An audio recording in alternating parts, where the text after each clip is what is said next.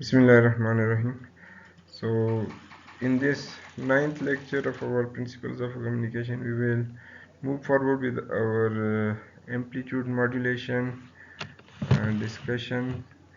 और उसमें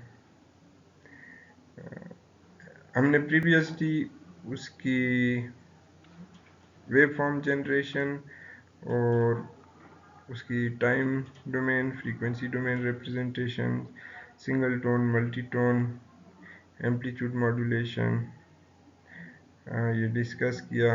और जो उसका कन्वेंशनल मॉड्यूलेशन स्कीम है double side band with full carrier, उसको हमने डिटेल में डिस्क्राइब किया है। और फिर उसके वेरिएंट्स को भी डिफाइन किया, power calculations and the role of modulation index, ये चीज़ें हमने देखी हैं। अब आज के लेक्चर में हम ये जो टॉपिक्स या जिन मेन पॉइंट्स को डिस्कस कर रहे हैं, एक तो ये जो सिंपल एम है double side band full carrier, उसकी जनरेशन कैसे होती है विद इलेक्ट्रॉनिक्स, यानी उसको सर्किट से किस तरह से रियलाइज़ किया जाता है कि वो उस तरह की बिहेवियर शो करे जैसे हम चाहते हैं। जनरेशन और फिर उसकी रिसीवर साइड पे डिटेक्शन और डीमॉड्यूलेशन कैसे होगी। देन वी विल डिस्कस उसकी लिमिटेशंस क्या हैं जो हम पहले भी बता चुके हैं। फिर हम उसको देखेंगे और फिर double side band suppressed career को हम स्टार्ट करेंगे कि उसको हम किस तरह से मॉड्यूलेशन परफॉर्म करते हैं। सो जिस डिवाइस के ज़रिए हम इसको जनरेट करते हैं उसकी सर्किटरी यहाँ पे शो की गई है। इसको स्विचिंग मॉड्यूलेटर कहते हैं। एक और स्क्वायर लॉ मॉड्यूलेटर भी यूज़ किया जाता है,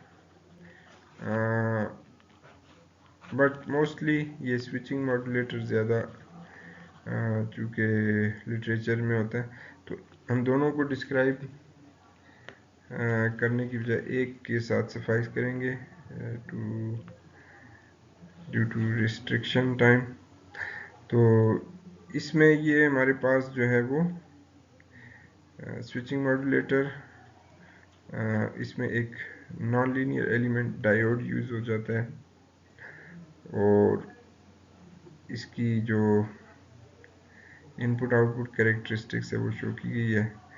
इसमें हमारे पास एक कैरियर वेव है, मैसेज सिग्नल है और इनको सीरीज़ में कनेक्ट किया गया है। और सर्किट में फिर एक रेजिस्टेंस है और एक आइडियल डायोड है और रेजिस्टेंस RL के अक्रॉस जो है वो आउटपुट वोल्टेज मेजर की जाती है।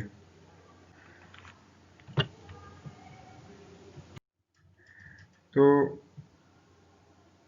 इसमें कैरियर सिग्नल और मॉड्यूलेटिंग सिग्नल सीरीज में कनेक्टेड हैं, तो इस वजह से VI जो हमारे पास इनपुट वोल्टेज है उसको हम इस इक्वेशन से रिलेट कर सकते हैं कि it is sum of carrier plus message, और कैरियर को हम AC cos ओमेगा CT भी कह सकते हैं। तो इनपुट करंट जो है वो VIT is AC cos omega CT plus MT।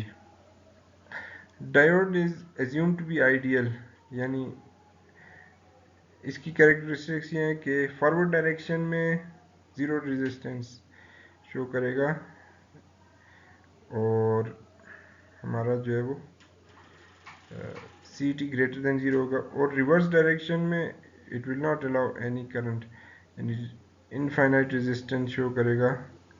So CT is less than zero.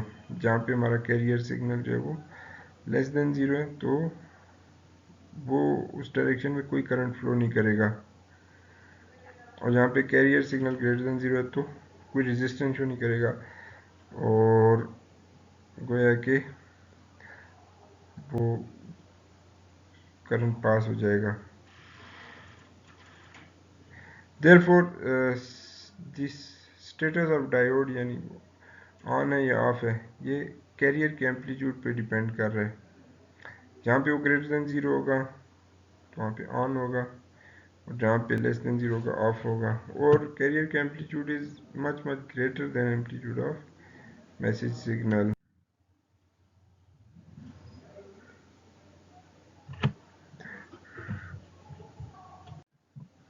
तो गोया कि हम इसकी आउटपुट को रिलेट कर सकते हैं इनपुट के ज़रिए, that for positive of cycle of carrier, यानी जहाँ पे कैरियर जो है वो ग्रेटर देन ज़ीरो है तो वहाँ पे output is equal to input, और जहाँ पे कैरियर जो है वो लेस देन ज़ीरो है, कैरियर की नेगेटिव हाफ साइकिल जो जहाँ पे आएगी वहाँ पे output is equal to zero.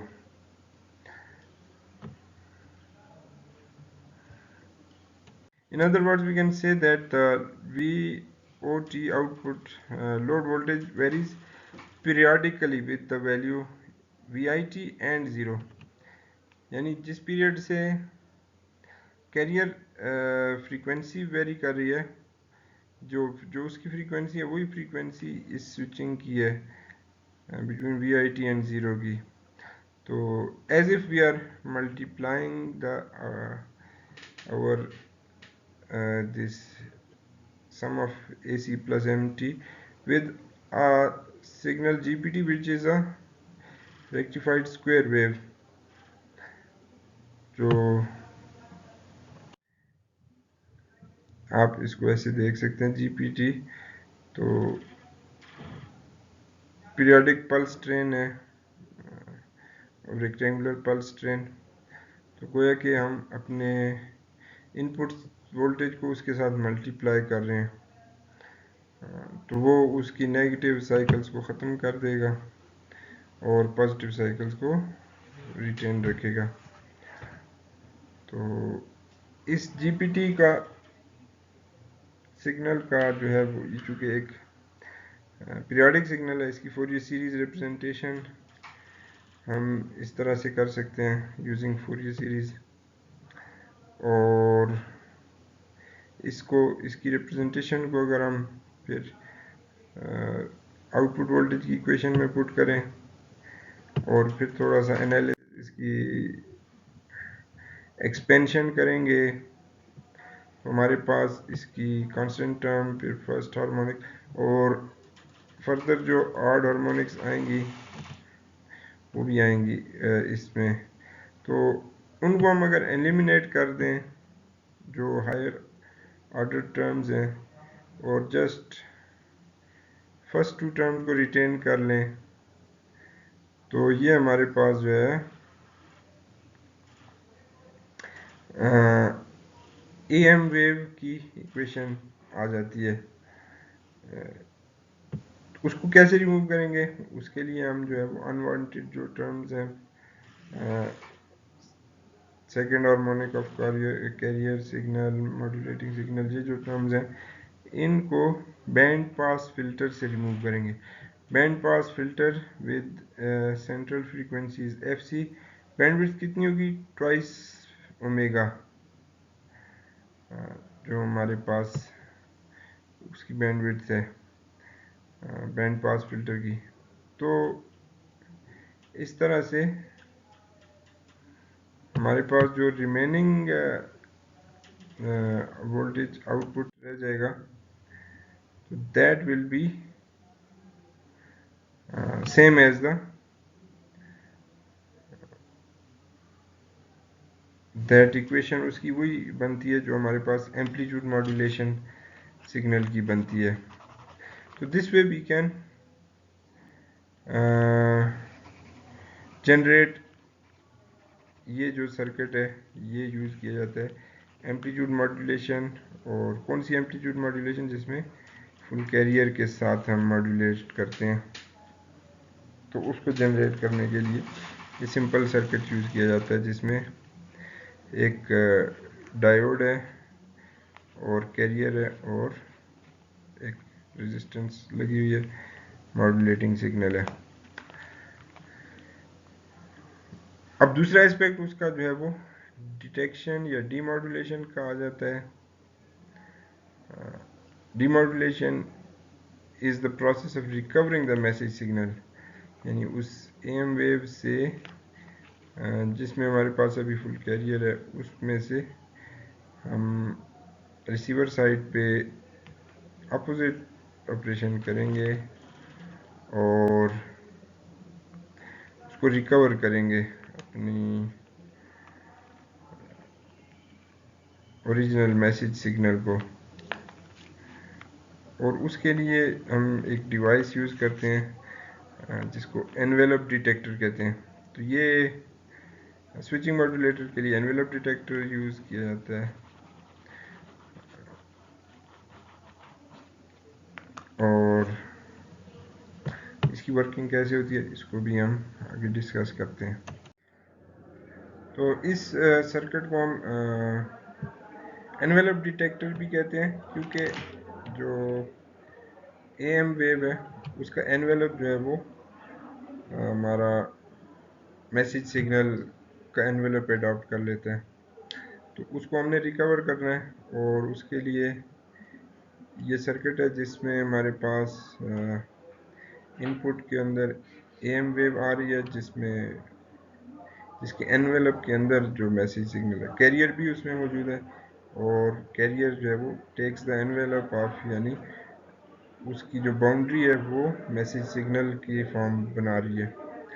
तो उसको हम एक आर एस रेजिस्टेंस के साथ सीरीज में कनेक्ट करते हैं और जो डायोड है उसको रेक्टिफाइड डायोड के साथ कनेक्ट किया हुआ हमने। तो चूँकि जो एम वेव है उसके अंदर पॉजिटिव नेगेटिव पोर्शन दोनों है, तो यहाँ पर जो रेक्टिफायर है वो उसको सिर्फ पॉजिटिव पोर्शन को रिटेन कर लेगा और उसको गोया कि उसने रेक्टिफाई कर लिया और then that is connected to the RC filter which acts like a low pass filter और वहाँ से फिर हम उसके एनवेलप को रिकवर करेंगे। तो यहाँ पर after passing through the rectifier diode यानी बी डैश पॉइंट पे हमारे पास इस फॉर्म में हमारे पास वो एम वेव आ जाती है और नेक्स्ट फिर हमने इसके एनवेलप को अलहदा करना है, गोया कि मैसेज सिग्नल को हमने इससे सेपरेट आउट करना है। वो हम उससे अगले जो सर्किट है आरसी फिल्टर उससे ज़रिए करेंगे। So in this process, standard AM wave is applied at the input of the detector और फिर ये होता है कि पॉजिटिव हाफ साइकिल इनपुट के अंदर जो हमारा डायोड है वो फॉरवर्ड बायस होता है और उसमें से जो है वो करंट फ्लो करता है और फिर जो कैपेसिटर है वो चार्ज होना शुरू हो जाता है और जब वो अपना मैक्सिमम वैल्यू तक चार्ज होता है तो जब उसकी पीक को रीच कर लेता है तो डायोड जो है वो कंडक्शन स्टॉप कर लेता है और फिर कैपेसिटर डिस्चार्ज होना शुरू हो जाता है अक्रॉस द रेजिस्टेंस। तो ये प्रोसेस जो है वो रिपीट होता है for every positive half cycle of the input. और डिस्चार्जिंग और डिस्चार्जिंग यानी कितनी क्विकली होती है ये डिपेंड करता है आर सी टाइम कांस्टेंट के ऊपर।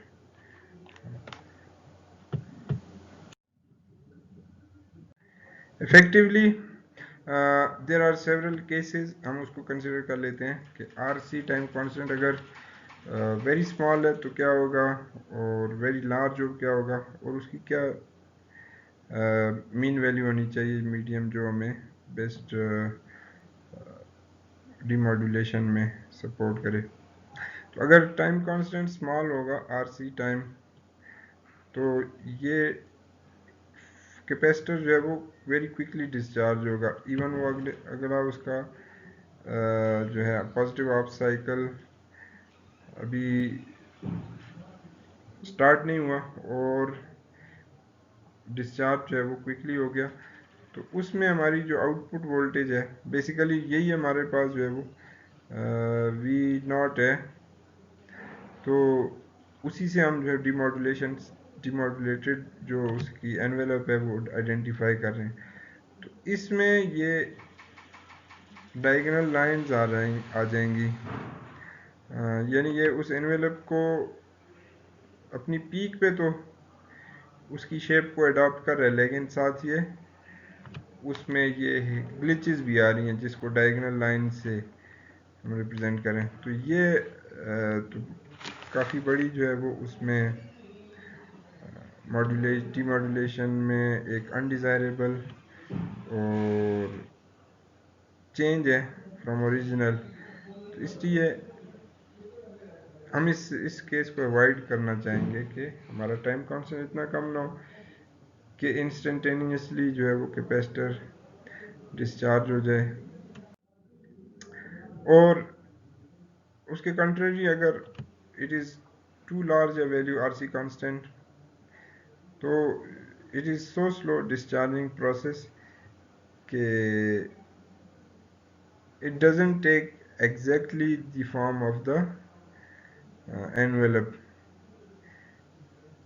जैसे इस फिगर में आप देख सकते हैं कि अभी उसने डिस्चार्ज होना स्टार्ट किया और उसको दोबारा चार्जिंग हो गई, तो आउटपुट में वो उसकी यानी इसको हम negative clipping of the signal भी कह सकते हैं कि वो सिग्नल को वो अच्छी तरह से उसके एनवेलप को कैच नहीं कर रहा, यानी सिग्नल ये उसकी नीचे वेव फॉर्म है और वो उसने अभी तक डिस्चार्ज नहीं हुआ कि वो उस लेवल तक पहुंच सके। It should reach the low levels of the signal until the next half cycle. तो इस तरह की अगर उसकी टाइम कांस्टेंट की वैल्यू होगी कि वो इसकी शेप को कैप्चर कर सके, जैसे यहाँ पे कि उसकी चार्जिंग जो है वो ऐसे हो कि वो अगली हाफ साइकिल की पीक तक पहुँचे, और फिर वो भी अगर उसने मज़ीद उसमें चार्ज होना है तो अगली हाफ साइकिल उसको ऊपर ले जाए वरना उसको नीचे ले जाए।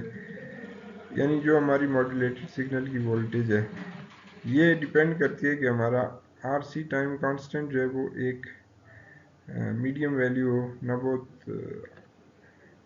स्मॉल वैल्यू हो कि वो उसमें ग्लिचेस नज़र आए, और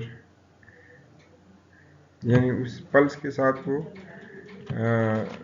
डाउनवर्ड ट्रेंड भी उसका ना हो और ना इतना ऊपर रहे, यानी डिस्चार्जिंग इतनी स्लो हो कि वो ऊपर से नीचे ही ना आए जब उसको नीचे आना चाहिए उसकी आउटपुट वोल्टेज को।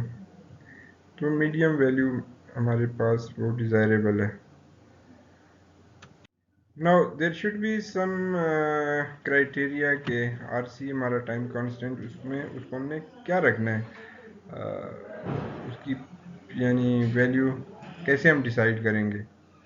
तो उसके लिए हम एज्यूम करते हैं कि हमारे पास एक आइडियल डायोड है और जब वो फॉरवर्ड बायस रीजन में है तो हमें सपोज RF रेजिस्टेंस ऑफर कर रहा है करंट फ्लो के लिए, और जब रिवर्स बायस रीजन में होता है तो इनफाइनाइट रेजिस्टेंस ऑफर कर रहा है, यानी वो एक स्विचिंग डिवाइस है उसमें रिवर्स बायस रीजन में करंट फ्लो नहीं करेगा।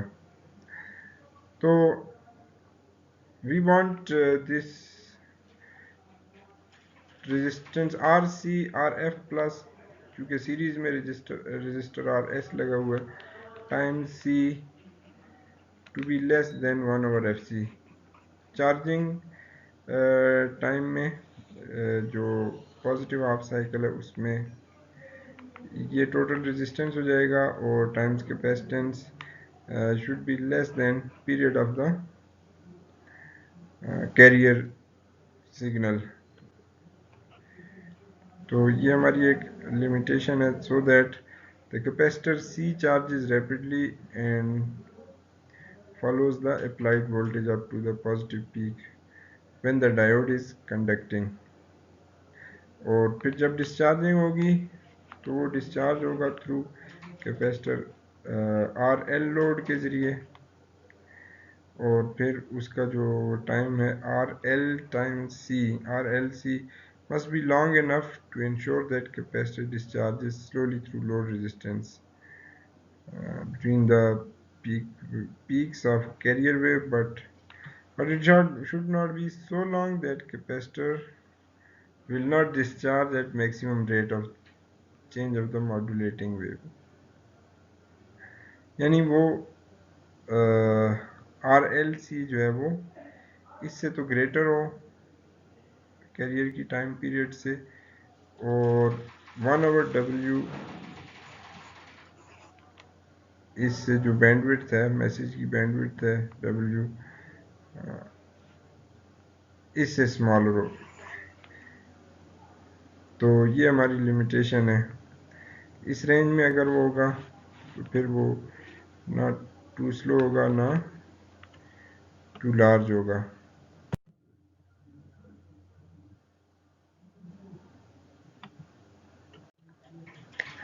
So we were considering the amplitude modulation with double sideband full carrier, और उसमें हमारे पास जो है वो उसकी कुछ जो लिमिटेशंस हैं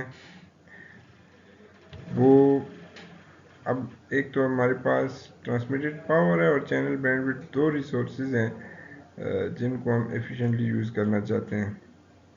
तो AM जो है वो एम्पलीट्यूड मॉड्यूलेशन जिसमें हम फुल कैरियर के साथ, एक तो इट इज़ हमने पहले भी देखा वेस्टफुल ऑफ ट्रांसमिटेड पावर, क्योंकि कैरियर की ट्रांसमिशन जो है वो वेस्ट ऑफ पावर को सिग्निफाई करती है, क्योंकि कैरियर में कोई इंफॉर्मेशन नहीं है, और AM is wasteful of channel bandwidth.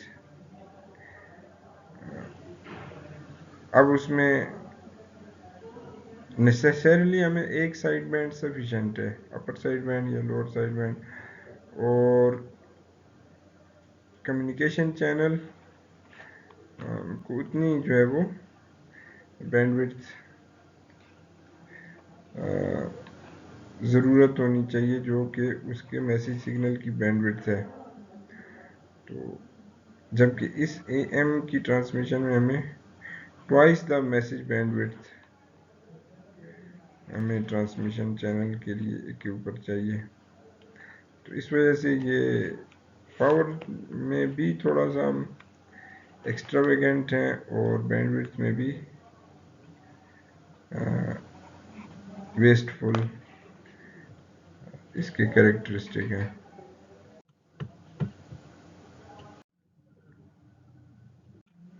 For these reasons there are modifications to AM double sideband suppressed career, जिसमें कैरियर वेव को सप्रेस किया जाता है, और लेकिन बैंडविड्थ सेम रहती है ट्वाइस W, और सिंगल साइड बैंड मॉड्यूलेशन भी है।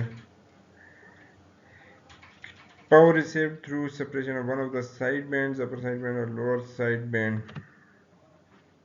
तो इसमें अब हमारे पास पावर और चैनल बैंडविड्थ दोनों सेव होंगी अगर हम कैरियर को भी सप्रेस करते हैं और सिंगल साइड बैंड को ट्रांसमिट करते हैं। तो एडवांटेजेस इसके ऑब्वियस हैं, we are saving both power and bandwidth, लेकिन इसमें फिर हमें कम्प्लेक्सिटी इंक्रीज करनी पड़ेगी और फिर इसकी एप्लीकेबिलिटी भी रिड्यूस होती है। Another variant of this amplitude modulation is vestigial sideband modulation, VSB, इसकी डेफिनेशन ये है कि one sideband is passed almost completely and just a trace or vestige of the other sideband is retained. So the required bandwidth is slightly in excess of the message bandwidth by an amount equal to the width of the vestigial side band, यानी bandwidth थोड़ी सी हम उसमें extra use कर रहे हैं अपने message bandwidth से, लेकिन डबल भी नहीं भेज रहे। और ये है कि इसमें हमें थोड़े से एडवांटेजेस सिंगल साइड बैंड से भी आ जाते हैं। Well suited for transmission of wide band signals such as TV signal that contain significant components at extremely low frequencies। तो जिनमें वाइड बैंड सिग्नल्स हैं और उनमें लो फ्रीक्वेंसीज पे भी डाटा मौजूद होता है, तो उसके लिए ये वेस्टिजियल साइडबैंड मॉड्यूलेशन ज़्यादा प्रेफरेबल है। तो इसको भी हम इसकी ट्रांसमिशन मॉड्यूलेशन डीमॉड्यूलेशन को देखेंगे। फर्स्टली हम देख लेते हैं कि डबल साइडबैंड सप्रेस्ड कैरियर की मॉड्यूलेशन कैसे परफॉर्म की जाती है, यानी जिसमें हम कैरियर की पावर को सप्रेस कर देते हैं, क्योंकि हमने पहले बताया कि carrier is completely independent of modulating signal and transmission of carrier wave represents wastage of power, क्योंकि इसका एम्पलीट्यूड भी हाई होता है, इस वजह से इसमें हमें ज़्यादा जो है वो पावर यूटिलाइज होती है। तो कैरियर को सप्रेस कर लिया जाए अगर मॉड्यूलेटेड वेव से, transmission efficiency can be improved, और इस मॉड्यूलेशन को double side band suppressed career modulation SC इसके साथ आ जाता है। बाकी वही डबल साइड बैंड है। और how we perform this carrier suppression and double sideband suppressed carrier modulation, we take a message signal and a carrier signal, और उनको जब हम मल्टीप्लाई आउट करते हैं and we get this modulated signal ACMT cos omega CT। तो इसमें फिर हम जो है वो कैरियर की पावर को अगर सप्रेस कर दें तो हमें जो मॉड्यूलेटेड सिग्नल मिलेगा that is in this form. लेकिन उसमें क्या है कि अब ज़ीरो क्रॉसिंग आएगी, यानी उसका एनवेलप एग्जैक्टली उसी मैसेज सिग्नल को मॉड्यूलेटेड सिग्नल का एनवेलप फॉलो करेगा, लेकिन जहाँ पे ज़ीरो की वैल्यू आएगी वहाँ पे फेज शिफ्ट होगा। जैसे हमने उस केस में देखा था कि जब amplitude of message signal and carrier signal is the same, तो m is equal to 1 यानी मॉड्यूलेशन इंडेक्स म्यू इज़ 1, उसमें भी फेज रिवर्सल होता था। यहाँ पर भी ज़ीरो क्रॉसिंग के ऊपर, हर ज़ीरो क्रॉसिंग के ऊपर फेज रिवर्सल होगा, क्योंकि हमने सप्रेस कर लिया है कैरियर को। और अब जो मैसेज जहाँ पे ज़ीरो को क्रॉस करता है वहाँ पे ज़ीरो क्रॉसिंग आएगी। तो in this way this is the waveform which is generated in this। इसमें सिर्फ ये डिफरेंस है कि कैरियर की पावर निकल गई है और ज़ीरो क्रॉसिंग्स आ गई हैं, बाकी एनवेलप जो है वो उसी तरह उसकी शेप रिटेन कर रहा है। तो we end over this today's lecture है। यहाँ से हम फिर मज़ीद जो है वो और इसकी टाइप्स को देखेंगे एम्पलीट्यूड मॉड्यूलेशन की।